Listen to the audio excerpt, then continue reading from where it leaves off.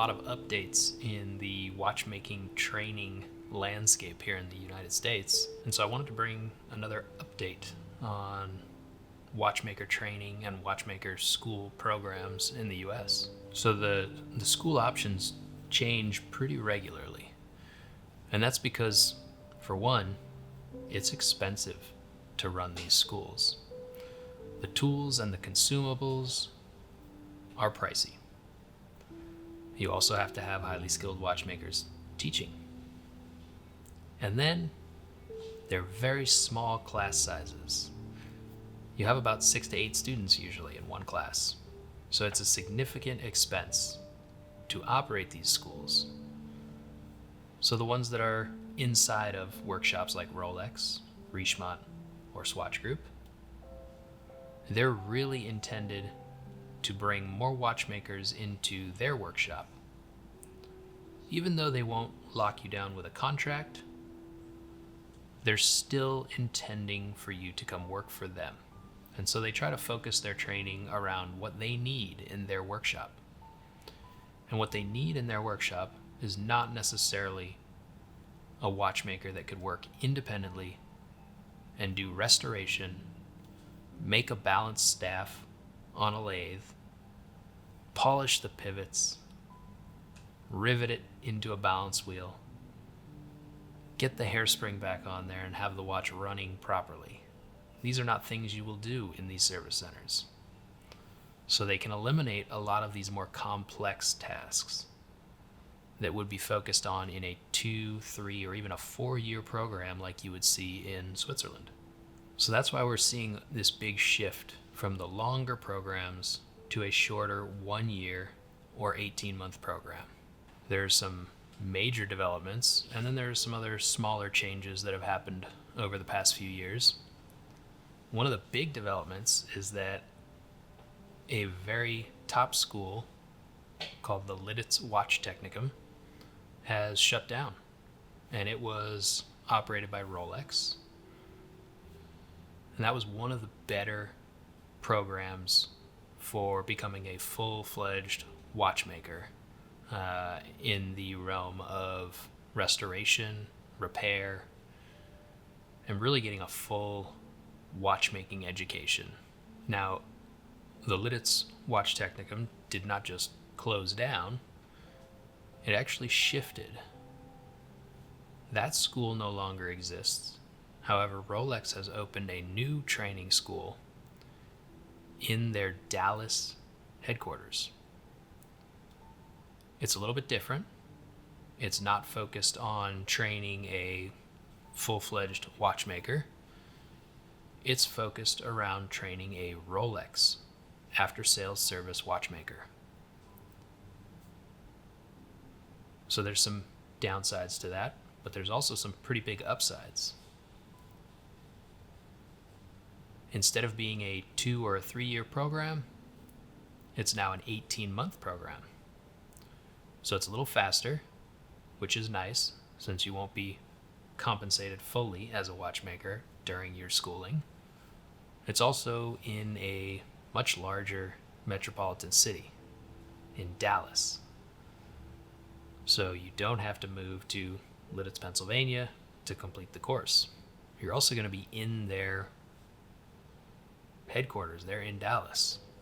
So you're going to be surrounded by a place where you might end up working at the end of the 18-month program. Now, the reason it's able to be 18 months is that they've removed some things from the program. They don't focus so much on making any components, and they don't focus so much on creating a watchmaker that is going to be working on watches outside of the Rolex world. They're focused on producing a watchmaker that will fit into the Rolex ecosystem and be able to work at any certified Rolex reseller. So at that program, after 18 months, you come out of it as a level 30 Rolex watchmaker. Now with Rolex, it is up to level 60, and you can be called back to do more training, but you'll have to do time at Rolex before you're invited back to do subsequent training. Another really nice thing about the Dallas Rolex training is that you receive a stipend, which helps pay rent, pay bills during the 18-month program. So then we've also got 2 other schools that are teaching a shortened curriculum. They're based on WOSTEP, which is Watchmakers of Switzerland Training and Educational Program.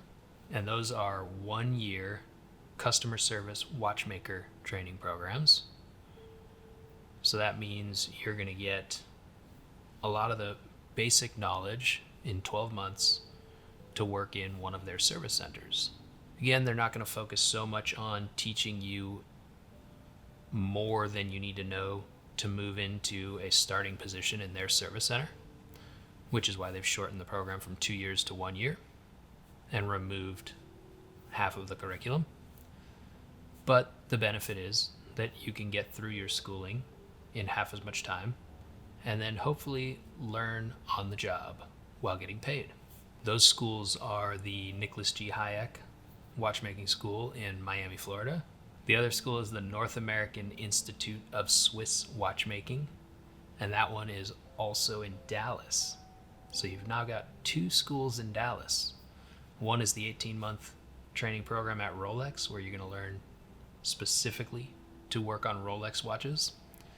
And the other is the North American Institute of Swiss Watchmaking. And that one is funded by Richemont, and it is in the Richemont Service Center that is in Dallas, Texas. Technically Fort Worth, but it's basically at the Dallas-Fort Worth airport or just outside of it. At that school, you're going to learn a 1-year curriculum, and you'll get that 1-year customer service watchmaker certificate that is a WOSTEP certificate. You've still got the Patek Philippe training school in New York City, and that one is nice because they will give you a stipend while you're training, which helps with the living, although it is very expensive in that area. So if you're looking for a more complete and thorough full watchmaking program with certification at the end, certification that crosses over to other brands, not just focused on Rolex or just focused on Richemont, you're going to want to check out the North Seattle Community College, and that school has the Watch Technology Institute, which still has a full program where you will receive a SATA certificate at the end. And it is supported partly by Rolex, so you will have experience working on Rolex calibers while you go to that school. The one difference with that Seattle option is that you will have to pay tuition. You'll have to pay for your credits at school, and you'll have to pay for your tools, which at all the schools you will have to pay for some tools. Depending on which school, it will vary, but paying for some of your own tools is going to be pretty standard, even if the school itself is free. There's also AWCI training classes that you can attend, and those are usually 1-week blocks, and you can go through a full curriculum kind of at your own pace, as long as it's within when they're offering a certain class. So it could take a number of years to get through the curriculum, but it is a good option if you don't want to go to a school for a whole 2 years or 3 years or 1 year at a time. That will cost money individually per class, and you'll have to have some of your own tools. But they break it up into bite-sized pieces, so you just need the tools for that 1-week class and that curriculum. We still have the Veteran Watchmaker Initiative, which is a free program to train watchmakers who are veterans and give them the skills they need to be a watchmaker. There's also the Texas Institute of Jewelry Technology, and that is not associated with a WOSTEP or a SATA, but you're still going to get a certificate from the school and a diploma. When the labor costs rise, which they have significantly gone up, when I went through school 13 years ago, coming out of watchmaking school, watchmakers were being offered $35,000 to work at a place like Rolex. Now they're being offered $70,000 to $80,000 straight out of school. But they have less training. What these companies are focusing on is making the watchmaker's job easier so that they don't have to train them as much. Making sure parts are always available for replacements so that when we have a finicky watch that maybe has some more complex issues, instead of restoring the components, they can simply replace. Making the job easier by also creating assembly line type environments where one watchmaker will focus on one task, like regulation. And they will regulate a certain movement all day. Instead of working from start to finish, disassembling, repairing, cleaning, oiling, assembly, regulation, casing, that watchmaker will focus on one small part of that watch.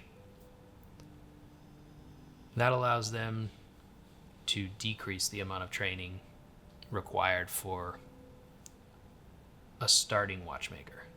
And so with higher salaries, that means that they need to try and make the throughput faster.